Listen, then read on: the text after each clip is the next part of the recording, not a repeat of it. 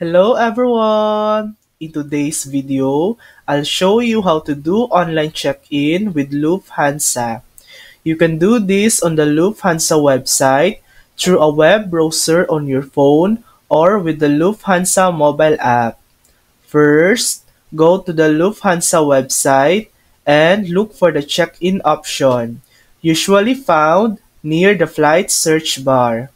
Enter your booking reference or ticket number and your last name to access your booking. You can also log in to your Lufthansa account and select the flight you want to check in for. Follow the prompts to confirm your details and select your seat if available. Once done, you'll receive your boarding pass, which you can download, print, or save to your phone. And that's it. That's how to do online check-in with Lufthansa.